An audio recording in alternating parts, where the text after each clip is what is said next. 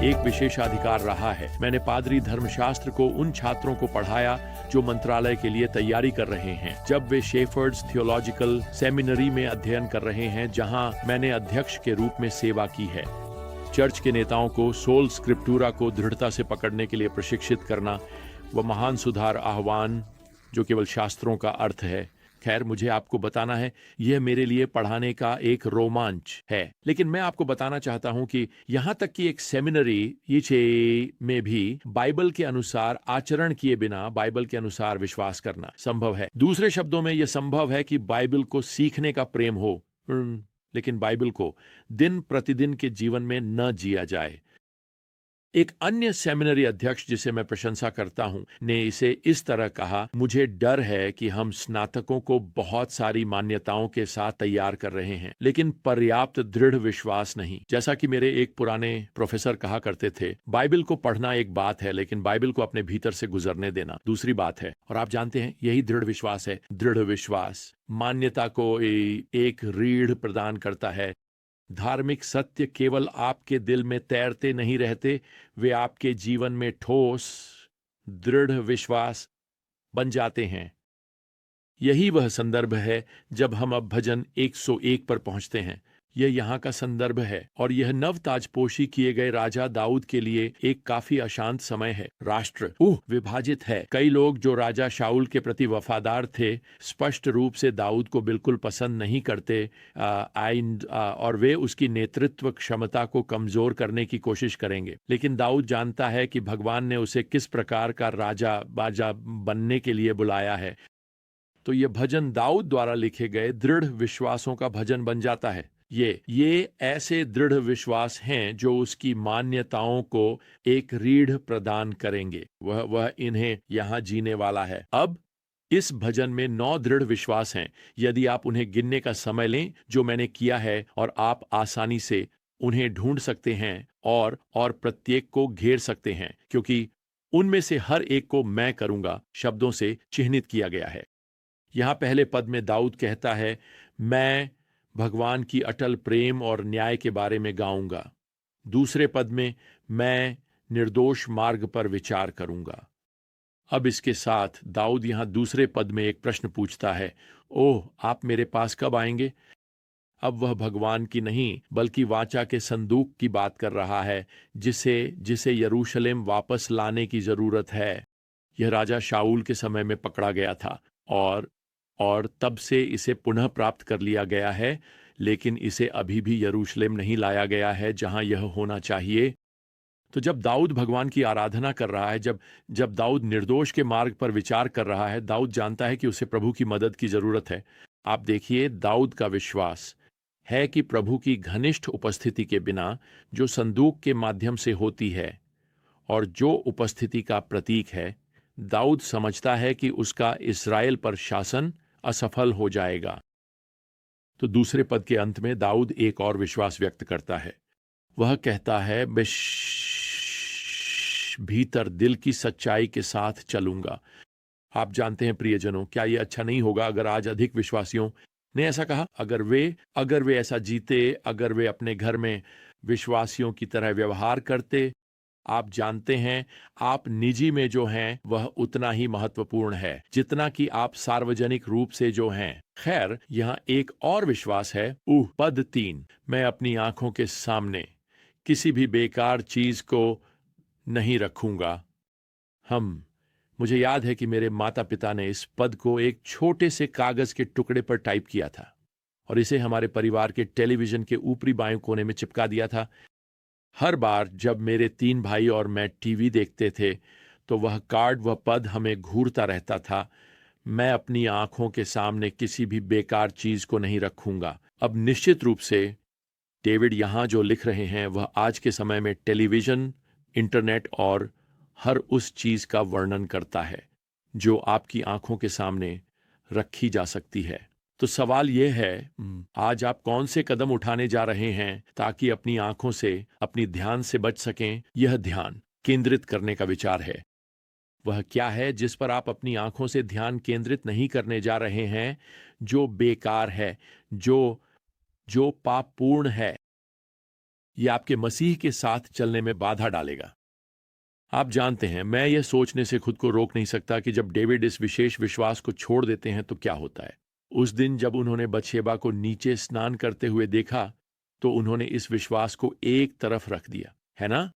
और वह इसके परिणाम स्वरूप भारी कीमत चुकाते हैं जो जीवन भर चलेगी। अब यहाँ भजन 102 में कि यह विशेष गुमनाम लेखक जीवन की किसी स्थिति से जूझ रहा है जो उसे वास्तव में अवसाद ये और निराशा में बेहोश कर रही है। वास्तव में इस भजन के शीर्ष पर लिखा हुआ है एक पीड़ित व्यक्ति की प्रार्थना जब वह बेहोश होता है और अपनी शिकायत प्रभु के सामने उंडेलता है।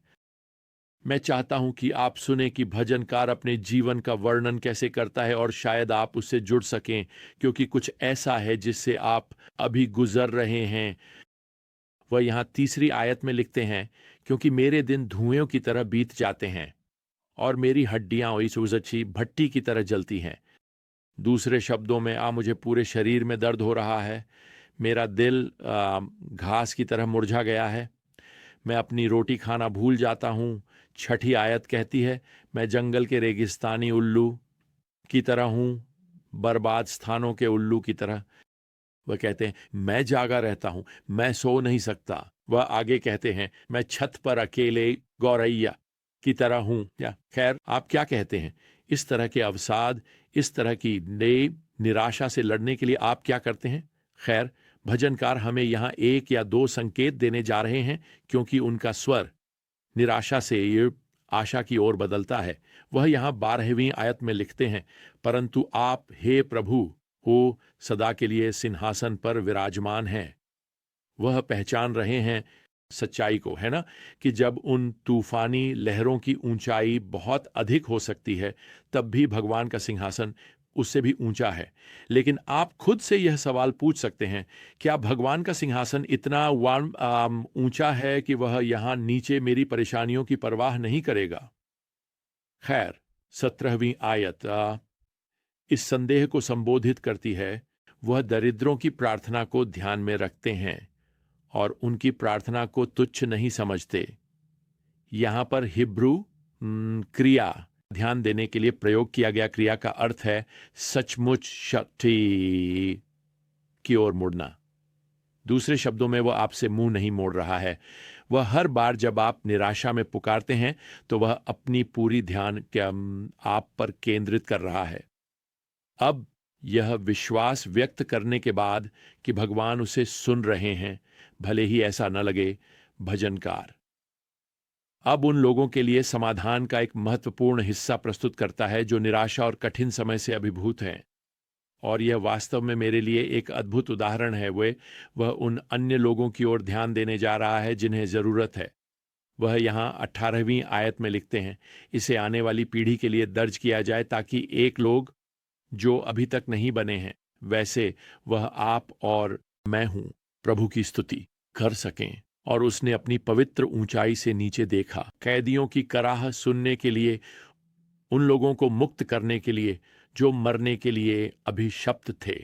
आप जानते हैं प्रिय, यह सबसे अच्छी चीजों जो आप कर सकते हैं वह है चारों ओर देखना, संपर्क करना, क्योंकि कोई और भी कठिन समय का सामना कर रहा होगा और शायद आपसे अधिक निराश होगा। उनके साथ आएं, उनके लिए प्रार्थना करें, उनकी सेवा करें, उन्हें फोन पर कॉल करें, उन्हें उनके ईश्वर के साथ चलने में प्रोत्साहित करें। अरे, इस रविवार को मैं आपके साथ चर्च में बैठूं, मैं आपके लिए खाना लाऊं, आपके अपने स्थिति के प्रति आपके दृष्टिकोण को बदल देगा।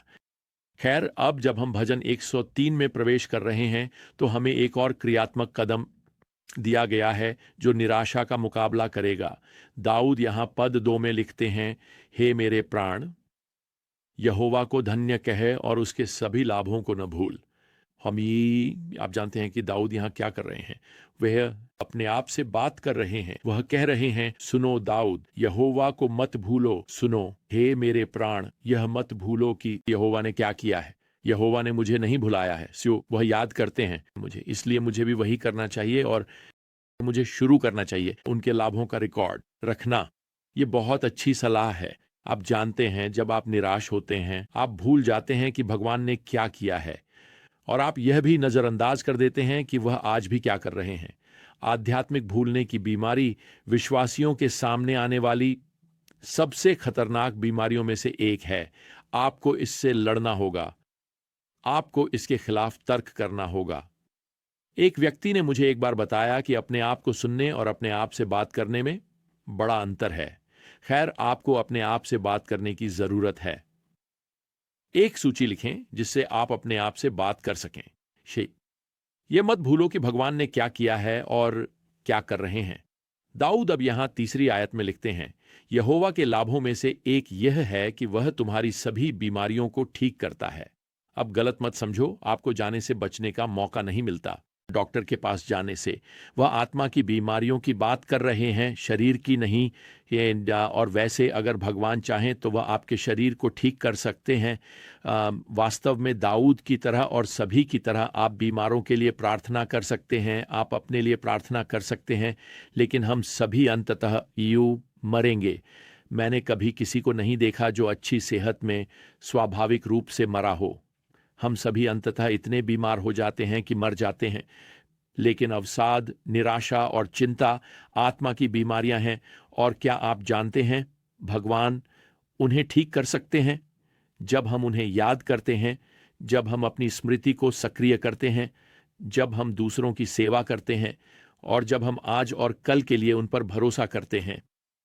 मुझे जॉन ऑटमैन जूनियर द्वारा लिखे एक गीत की याद आती है, जिन्होंने 1800 के दशक में चर्च के लिए कई प्रसिद्ध भजन लिखे थे। खैर, 1853 में उन्होंने अपने सबसे लोकप्रिय भजनों में से एक लिखा जिसका शीर्षक है काउंट योर ब्लेसिंग्स। आप धुन को जानते होंगे। यह इस तरह जाता है, जब जीवन की लहरों पर आप तूफान से घिरे होते हैं, जब आप निराश होते हैं, सोचते हैं कि सब कुछ खो गया है, अपनी कई आशीर्वादों को गिने, उन्हें एक एक करके नाम दें, और यह आपको आश्चर्यचकित करेगा कि प्रभु ने क्या किया है। अब हम नहीं जानते कि क्या भजन 103 ने ऑटोमैन के भजन को प्रेरित किया, लेकिन मुझे आपको बताना है, यह वास्तव में राजा दाऊद की प्रभु से मिली सलाह की तरह लगता है। आपकी आशीर्वादों को गिनने का एक अनोखा तरीका है जो आपके बोझ को कम करता है। टैप तो पैक तो एम। चलिए आज से उन्हें गिनना शुरू करते हैं। और इसके साथ ही हम समय से बाहर हो गए हैं। हो समय की हमारी अगली ज्ञान यात्रा तक प्रिय प्रभु यीशु मसीह की कृपा और भगवान का प्रेम और पवित्र आत्मा की संगति आप सभी के साथ हो। आमीन।